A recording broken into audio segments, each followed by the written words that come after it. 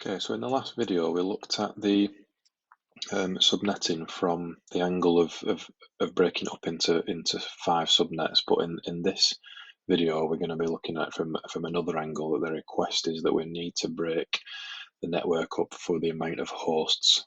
So previously it's determined based on the amount of networks we need, but this time it's going to be about the hosts. So I've put the question down here. We're given an IP address. And I've put 7 usable hosts. Now the reason why I've put usable in there is because that's a bit of trickery that may appear on the exam. So remember to look out for that word, because if you don't see it, or if it doesn't hit home, then you're going to get caught out, because remember you can't use 2 of the host addresses or 2 of the usable addresses, because it's one's reserved for the broadcast and one's reserved for the network. So that, like I say, that's where I sort of put that trickery in there. So if we start with the default subnet mask for this network, so we know that it's a class C, so it fits into that class C range. So the default subnet mask is 255.255.25.0. So we're using 24 bits by default. The network side, and 8 zeros will be reserved for the host portion. So by default, the CIDR notation is /24. Okay, so to the question, we need 7 usable hosts. So if I work from right to left, so we're looking at the host portion. 2's not enough. 4's not enough. Now we would think that 8's enough because we only need 7, but because it's usable in this column here, usable would only be 6 because it's 8 minus 2. So 8 minus the network address and minus the broadcast address as well. So we can't use that. So we're going to have to be going into this column here. So if I turn these green, so it sort of makes it a bit more clear of what we're working with. So in terms of our subnet mask now, all of the ones to the left of the green would have ones. It would be listed in ones, and these final 4 would be in zeros. So what that essentially means is we know by default it's got 255.255.255. It's this last 0 column that we need to add up. So we need to add up from the 4th octet 128 plus 64 plus 32 plus 16, which should give us 240. So our new subnet mask is 255.255.240, and the CIDR notation, like we've said before, is in this scenario, and by default we're using 24 bits, but here we've got 4. 1, 2, 3, 4. So we just simply need to add the 4 to the 24, and we've got /28. Okay, so the total number of hosts on this network, as we can see, is 16. And if we use our prior knowledge, it's 16 minus 2, so we can't use the broadcast and we can't use the network address. So the total usable address per subnet is 14. So that fits nicely into our scenario. So there is a bit of room for expansion for this particular company, but not much. Okay, so if we start filling in sort of the subnets here now, there would be quite a lot in this scenario, quite a lot of subnets, but I'll only go down to 5 again. So we know the first one is .0, and again we're going to be going up in 16s in this scenario. So it's ideal to fill in the broadcast first. So that'll be the last one. Maybe go down the network addresses.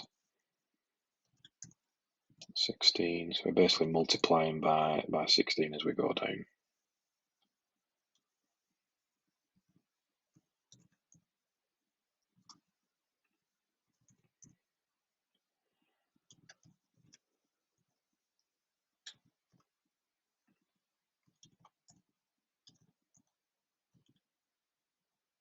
$64. Okay, and then we just basically subtract from the last one. So 209.100.50.31 47, and then 163.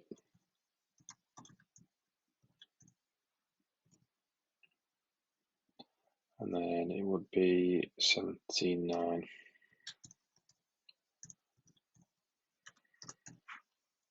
Okay, so we've got our network addresses and broadcast address. We just need to simply put in the usable address. So the range here should have 14 in there, 14 available IP addresses. So the first one would be .1. The first one's always easier.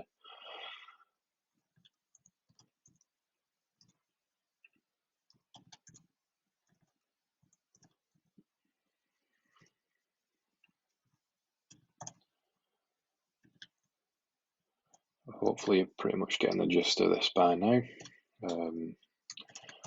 Sure there is some clever Excel formula which would have made this a lot easier on typing.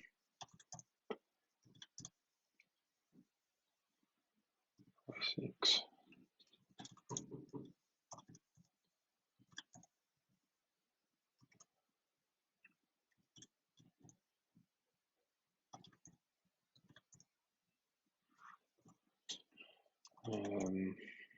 Again, hopefully in the exam you're not asked a really long, complicated one, which I don't think that would be that cruel where you have to type out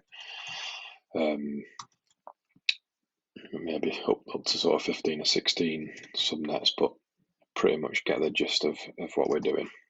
Okay, so in the questions here we've got here, we need to examine the third subnet range. So again, this may be a department in a company.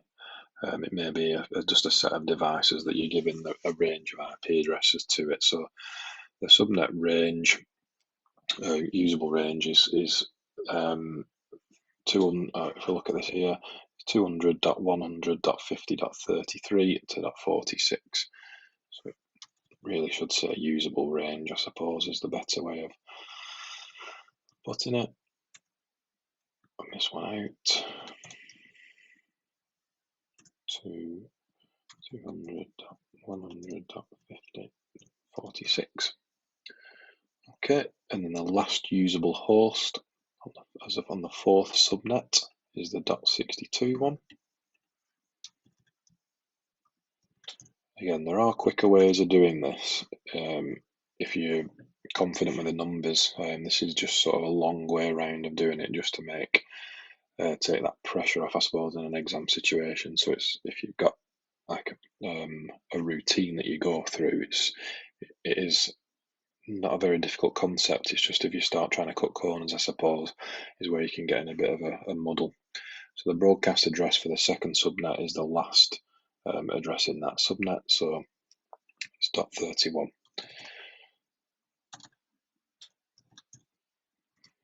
Okay, so that completes that question. We've got two angles now that have gone out. We've gone out from the network side, where the question's asked us to split it up into subnets, so we need a certain amount of networks, and or subnetworks, better terminology, and when we've gone at it in this video from the angle of we need to limit the amount of hosts on a network. Okay,